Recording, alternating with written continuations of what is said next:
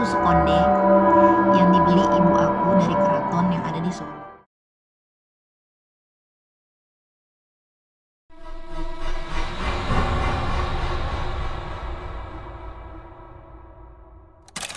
Halo semuanya, selamat datang di channel aku Afiki VRD, seorang penulis buku.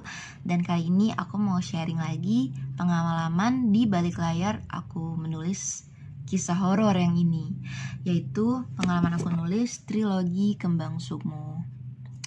Kemarin kan aku udah bikin konten sih tentang di balik layar, kenapa aku bisa awalnya nulis buku ini gitu kan.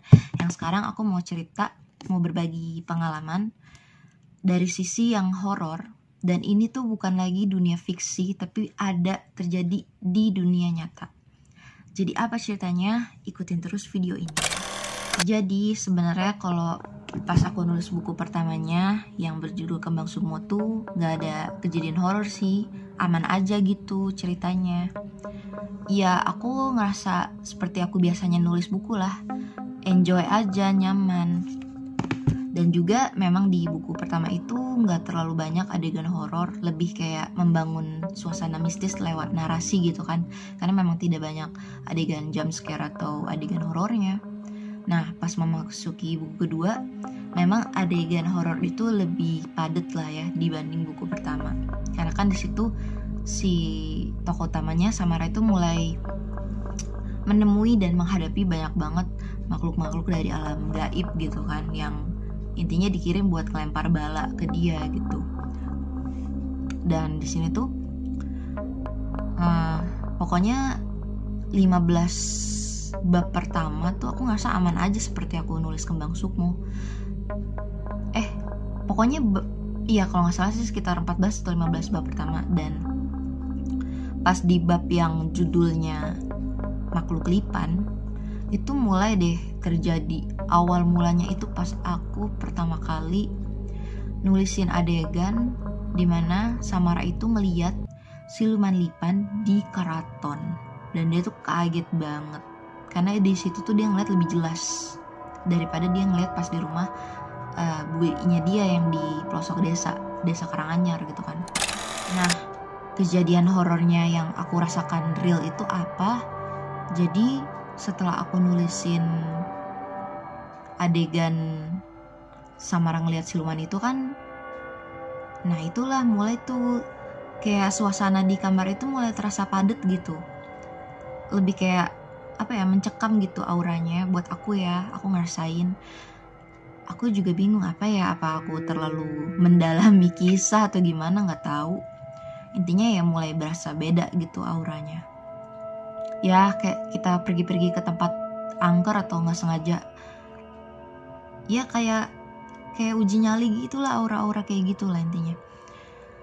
Terus kan udah tuh aku kan menyelesaikan, pas aku udah selesai nulis bab yang Makhluk Lipan itu, aku kan buka kamar mau keluar tuh, tepat banget di depan karpet kamar aku. Jadi di luar kamar aku itu kan ada karpet pokoknya karpet kecil gitu, dan di depannya itu ada kaki seribu, dan kaki seribu itu lagi lewat gitu. Jadi tuh biasanya kalau di rumah ya, biasanya kalau musim hujan kan lebih adalah hewan-hewan serangga kayak gitu, tapi itu juga tidak banyak gitu, cuman 1-2. Dan juga kan lokasi rumah di sini tuh jauh lah dari kayak tempat-tempat sawah kayak gitu, karena kan di sini kota gitu kan. Jadi ya emang nggak pernah ada sih, paling kecoa. Nggak, kalau hewan-hewan yang kayak gitu tuh jarang. Jadi pas nggak tahu ya, makanya kan ilmu cocokologi atau gimana gitu kan. Ya aku masih mikir ya mungkin kebetulan kali ya, aku mikir gitu. Kok kebetulan banget aku menyelesaikan bab Makhluk Lipan, kok pas aku buka kamar, tepat di kamar aku ada yang lewat, kaki seribu tapi ya. Dan kaki seribu itu kan mirip lah ya bentukannya sama lipan gitu kan.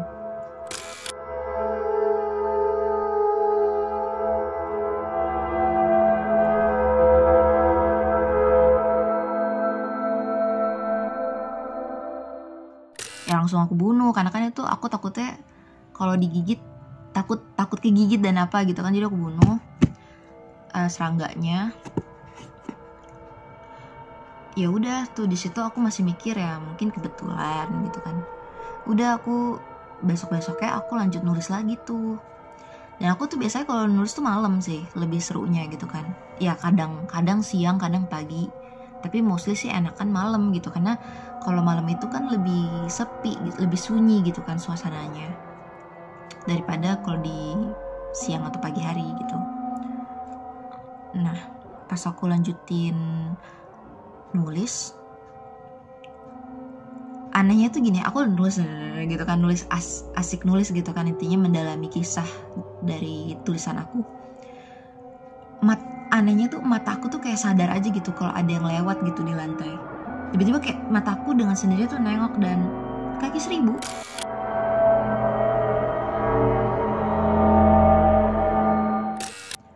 tuh lewat. Dan aku kaget kan, loh kok bisa masuk ke kamar aku kan di lantai 2 ya. Dan biasanya tuh hewan-hewan kayak gitu cuma ada di lantai 1 gitu, kalaupun lewat gitu. Itu juga jarang banget sih kemasukan hewan-hewan kayak gitu. Kedua kalinya kan, jadi kayak kok bisa masuk ya. Dan padahal nggak lagi musim hujan juga kan. Udah tuh, ya udah aku singkirin kan, pokoknya jangan sampai ganggu aku lah intinya.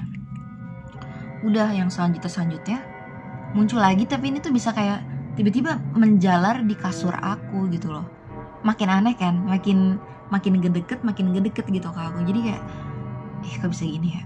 Jadi ya udah, aku masih mikir, ya udah mulai mikir aneh nih kayaknya. Kalau berkali-kali kayaknya aneh deh. Kalau sekali 2 kali ya udah lah ya, bisa jadi memang dia lagi lewat gitu. Tapi kalau berkali-kali ini mah udah berasa aneh sih. Dan keanehan itu memang didukung dengan suasananya yang berasa mencekam gitu. Udah kan, udah kayak gitu. Nah, pas banget aku punya adik yang memang dia tuh punya kepekaan batin. Jadi dia punya, ya sebenarnya kita bisa sama-sama ngerasain gitu intinya kalau ada yang aneh gitu. Dan aku coba konfirmasi ke dia, kamu ngerasa gak sih di rumah tuh suasananya tuh beda gitu, kayak ada suasana yang gak enak gitu. Maksudnya secara energi tuh emang kayaknya ada yang dateng deh gitu kan. Terus ada aku bilang, iya emang, kamu lagi nulis ya? Lagi nulis apa? Gitu. Dia tuh nanya gitu, iya tahu, aku tuh nulis adegan yang ini, siluman lipan gitu. Terus ada aku coba ngetap ke ngetap itu ke channeling lah, ke emang dia tuh dodol sih, udah tahu horor, dia nge-channel lah ke energi itu. Ya dia bilang makhluknya tuh beneran ada gitu menurut dia gitu. Dan emang ya aku percaya sih kalau makhluk kayak gitu tuh emang ada gitu di alam gaib gitu kan. Cuman masalahnya aku mikir gini, apa karena aku tulis terus jadi dateng gitu kan makhluknya gitu. Ya nggak tahu ya, Allah alam ya. Kalau aku nggak bisa ngelihat itu sih, yang lebih bisa ngelihat secara visual jelas tuh adik aku.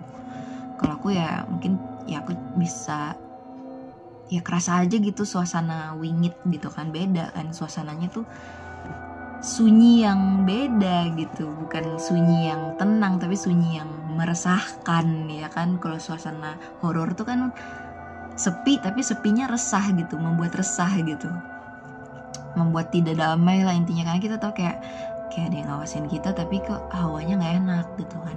Dan selanjutnya semakin aku nulisnya mendekati ke akhir kisah, ada satu momen tuh aku mau tidur. I don't know, aku yang satu ini sih nggak tahu ya, aku emang ngehalu atau emang ada sesuatu gitu kan. Jadi aku mau tidur dan nggak tahu itu aku lagi mimpi atau ngebayangin, karena kan posisinya tuh aku udah ngantuk lah, udah sayup-sayup tidur gitu.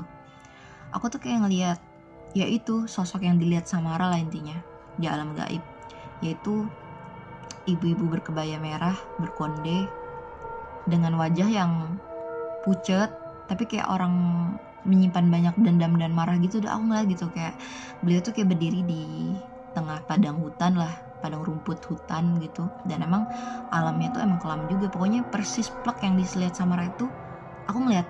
Dan pokoknya, nah dia tuh anehnya ya, nggak tahu ini ilmu cocokologi lagi atau enggak, apapun yang Samara rasakan di buku yang aku tulis, itu aku rasain juga di dunia nyata. kan kalau di buku itu Samara banyak ngeliat siluman lipan, tapi juga dia banyak ngeliat lipan, hewan lipan itu suka berkeliaran lah di lantai rumah gitu kan. Dia juga bingung tuh dari mana asalnya. Ya kalau di buku kan dikisahin asal muasalnya karena ada bala sihir yang dikirim ke rumah gitu. Dan itulah. Nah terus itu tadi seumur umur di rumah tuh, apalagi di kamar aku, gak ada tuh masuk hewan-hewan kayak gitu. Dan pertama itu jadi aku heran, kok sampai ke kasur aku juga gitu, kok bisa datang dari mana. Aku bingung gitu, kok gak ada seumur umur. Paling ada nyamuk ada sih, kadang suka masuk kan, nyamuk kan gigit kan, ya gitulah pokoknya, nyamuk mah di mana-mana ada gitu. Tapi kalau hewan-hewan kayak gitu jarang sih di rumah. Karena aku cerita ke adik aku dan dia juga ikut ngerasain hal yang sama aku, jadi aku mikir ya ini tuh bukan ilmu cocokologi lagi sih. Karena nggak mungkin dong, kayak aku kan nggak cerita sama dia narasi karena dia kan nggak ikut baca buku aku ya, dan juga bukunya tuh lagi on the way ditulis kan ketika itu, jadi juga belum aku publish juga. Kok dia bisa tahu kan? Maksudnya dia tahu karena dia ngeliat sendiri juga di rumah gitu kan intinya. Jadi ya karena saling mengkonfirmasi, jadinya sama-sama ngerasain yang sama dan ngeliat sama gitu. Lebih tepatnya feelsnya emang sama gitu, emang ada something nih gitu. Terus dia bilang, kamu cepetan deh selesaiin tulisannya, jangan dilama-lamain gitu. Dia bilang, emang kenapa sih gitu, kalau kamu selesai nulis center itu pasti kayak dia tuh nggak bakal datang lagi gitu. Aku pikir kayak, ya waktu itu aku kayak lama-lamain, aku sempat kayak nulis tuh aku pending buat ngerjain tugas dari penerbit. Waktu itu ada suatu proyek sama penerbit gitu ya, jadi aku sempat pending gitu bukunya. Ke pending itu ya itu jadi kayak datang terus. Nah in the moment aku udah kembali nyelesain, ya udah setelah selesai selesai gitu. Dan emang gak datang lagi si kaki seribunya itu. Aku juga bingung sih kok bisa gitu ya. Jadi ketika bukunya selesai ditulis, pengalaman maksudnya suasananya itu juga hilang gitu. Dari mulai suasana mencekamnya dan juga si hewannya itu nggak ada. Hewan kaki seribunya tuh gak pernah datang lagi, gak pernah muncul lagi. Dan emang bukan musim hujan ya. Jadi kayak aneh sih menurut aku. Jadi kayak kalau hal-hal kayak gini tuh kalau diceritain ke orang yang dia nggak ngerti, dipikirnya kita halu, dipikirnya kita itu ngarang cerita. Padahal ya kita yang ngerasain, kita yang lihat, ya kita yang tahu gitu kan, cerita kita tuh real gitu. Ya udah sih buat yang tahu-tahu aja kan. Ya aku cerita ke adik aku dan ya dia konfirmasi dan dia ngerasain, ya udah itu sebenarnya lebih dari cukup untuk mengkonfirmasi bahwa ya memang ada sesuatu gitu kan. Nah berlanjut nih ke cerita selanjutnya, Nastapa Dewo, buku yang ketiga ya. Ini bukunya, Nastapa Dewo. Ini buku penutup dari trilogi Kumbang Sukmo. Dan pengalaman horornya itu apa? Ini nggak terlalu banyak sih sebenarnya, nggak sebanyak pas aku nulis Wong Sonogo. Pas Wong Sonogo tuh gila sih, mencekam banget dan jujur aku jadi susah tidur. Kalau sampai ke bawah mimpi buruk ya cuman satu itu sih. Dan aku bingung sih, tuh aku mimpi atau aku lagi ngebayangin, walau-alam ya. Tapi intinya apa yang dirasain sama Ratu aku jadi ikut ngerasain gitu. Intinya jadi kayak ikut ketularan ngerasain gitu. Dan pas yang di Nastapa Dewa itu, nah ini tuh bukan kaki seribu lagi, bener-bener lipan kecil. Tapi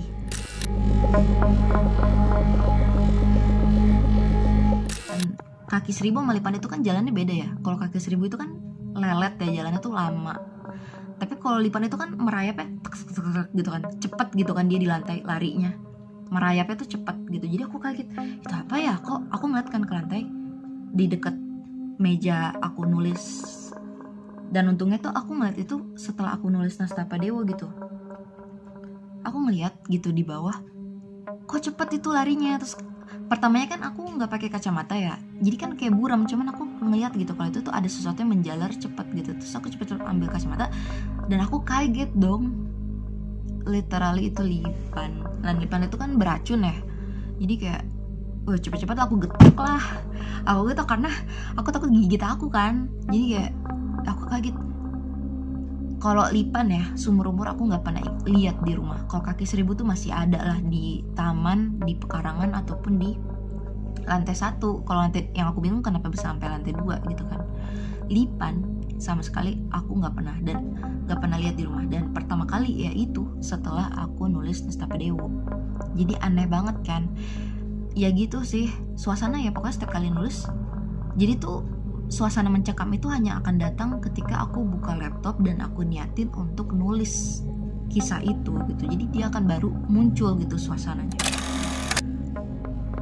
Pengalaman horor aku selain kedatangan lipan dan suasana mencekam ya di kamar aku, ada lagi satu hal berasal dari ini, benda ini. Ya,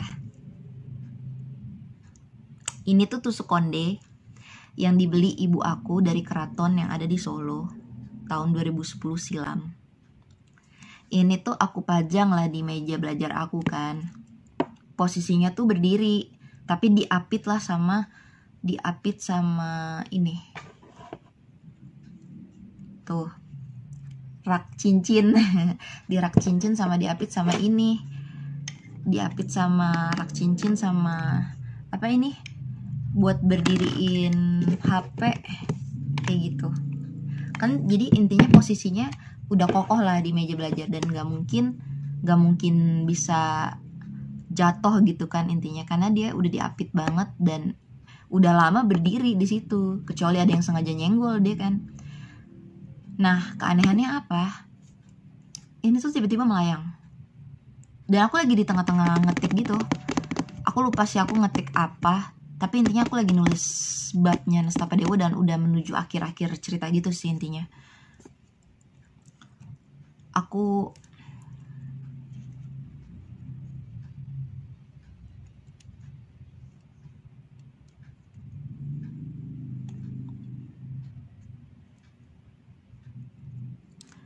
intinya tusuk konde ini tuh tiba-tiba melayang dengan sendirinya, jatuh gitu, jatuh beneran kan jadinya.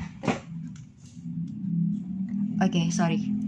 Jadi dia beneran jatuh, bukan jatuh, ya jatuh sih, tapi itu cara jatuhnya dia tuh kayak melayang cepat gitu, set gitu, jatuh ke lantai. Kan dari atas sini nih, atas, terus dia jatuhnya cepat gitu intinya. Aku kaget dong, kan posisinya dia diapit, jadi kayak nggak mungkin dia jatuh gitu, kecuali ada yang sengaja nyenggol gitu kan. Kan nggak ada gempa juga, nggak ada gempa, nggak ada angin di kamar gitu kan. Jadi tiba-tiba dia melayang, aku bingung dong, kok bisa ya. Dan kebetulan ini dibeli dari keraton, dari toko souvenirnya. Pas banget gak sih, karena buku serial horor Jawa itu kan berkaitan dengan dunia peninggiratan gitu kan. Jadi kok pas banget yang jatuh kok ini di antara semua barang yang ada di meja aku nih. Kan banyak di meja aku tuh, ada ini. Kenapa tidak yang lain yang jatuh? Kenapa spesifik tusuk konde ini? Apa karena dia tuh ada sejarahnya berasal dari tempat itu atau gimana, aku nggak tahu. Memang banyak misterinya gitu ya guys. Dan itulah cerita horornya. Ya buat aku sih, ketika aku mengalami itu ya aku merinding. Cuman kan aku kan udah dititipin untuk, diwasiatin untuk menyelesaikan kisah-kisah tersebut, trilogi Kembang Sukmo, ya aku harus tanggung jawab kan untuk tetap menyelesaikan gitu. Mau apapun, ada kejadian horor kek, dihantuin kek, apa kek, gak peduli, pokoknya buku itu harus selesai gitu kan. Dan alhamdulillah bukunya tuh udah selesai semua, dari mulai Kembang Sukmo, Wangsul Nogo, Nestapa Dewo, sampai ya prequelnya juga udah duluan selesai gitu kan. Intinya sekarang udah selesai banget. Dan sebenarnya aku masih ada satu ide lagi sih yang bisa ditulis tentang mencakup dimensinya mereka gitu kan. Tapi kayaknya belum sekarang nulisnya dan entah kapan. Tapi yang pasti masih ada satu ide lagi yang ada kaitannya dengan dunia kembang sukmo. Jadi ya segitu aja dulu cerita horor dari aku. Entahlah kalian mau nganggep ini cerita real atau enggak, tapi yang pasti aku yang jalanin, aku yang ngalamin. I know itu serem, dan buat aku itu nyata sih ada. Dan bahkan aku ngomongin, pokoknya ya kalau kita lagi ngomongin horor atau yang serem itu pasti kayak gitu ya, suasana kamar itu jadi beda gitu auranya. Beda pas aku tadi ngomongin ngebahas tentang sinopsisnya buku ini, ngebahas tentang oh ini ceritanya apa, kenapa kok awalnya nulis ini, itu beda. Ya aman-aman aja, fun aja gitu, suasananya nyaman. Tapi ketika memasuki ngomongin yang ya gitulah makhluk-makhluk setan gitu ya, atau sesuatu yang berhubungan dengan sesuatu yang, karena cerita itu kan energi ya guys, apalagi makhluk halus tuh kalau diomongin nyangkut gitu. Jadi kayak ya kalau yang diomongin yang gak bagus pasti juga aku gak tahu apakah mereka ikut mendengarkan. Ya gak tahu lah, kita hargai saja siapapun mereka, yang penting tidak saling ganggu. Itu aja sih. Ya pas aku ngobrol-ngobrol sama adik aku, kok bisa ya ada kejadian gitu pas nulis buku ini gitu ya. Kita punya sudut pandang kita sendiri sih. Ya sudut pandang kita pas kita ngobrol gini, ya bisa jadi kan namanya cerita kayak gitu mereka dikisahkan, apalagi ditulis ceritanya, mereka mungkin tahu sosok mereka itu ditulis gitu. Jadi mereka datang dan mungkin entahlah mereka apa gitu reaksinya, kenapa bisa datang gitu. Ya kalau dari energinya sih aku ngerasa mereka kayak I don't know, nggak tahu. Aku nggak mau berasumsi atau berspekulasi lebih jauh. Pokoknya yang pasti keberadaan mereka itu ada. Yang tak kasat mata itu beneran ada. Hanya karena kalian nggak bisa ngelihat, bukan berarti dia nggak ada di situ. Ya nggak, benar nggak? Karena di agama Islam juga kan itu mengimani yang gaib itu adalah kewajiban, gitu kan. Asalkan jangan nyeleneh aja sih, jangan nyeleneh dan jangan keluar dari jalur yang udah diajarkan Tuhan. Pokoknya yang penting gitu aja sih. Yang penting kita masih tetap bisa menjaga iman kita, menjaga ya itulah tadi pokoknya.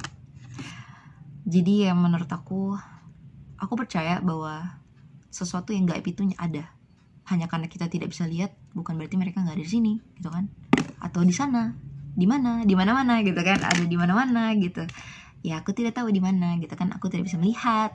Tapi kalau merasakan, aku yakin sebenarnya pada dasarnya setiap orang, setiap manusia itu dibekali dengan indera perasa itu sih. Apalagi kalau mereka connect, sensitif, pasti lebih peka sih untuk merasakan dunia itu gitu. Dan mungkin kebetulan aja aku lagi nulis buku horor ini, makanya jadi dateng deh, karena kan ditulis, kepanggil mungkin atau gimana, nggak tahu gitu kan. Tapi ya alhamdulillah sekarang aku udah nggak ada lagi mengalami hal-hal itu, karena kan aku udah selesai nulisnya gitu maksudnya. Entahlah kalau aku nanti nulis buku horor yang selanjutnya apakah ada lagi kejadian-kejadian yang wingit dan angker, nggak tahu deh. Kita lihat saja. Oke, segitu dulu cerita dari aku. Makasih semuanya udah nonton. See you on the next video.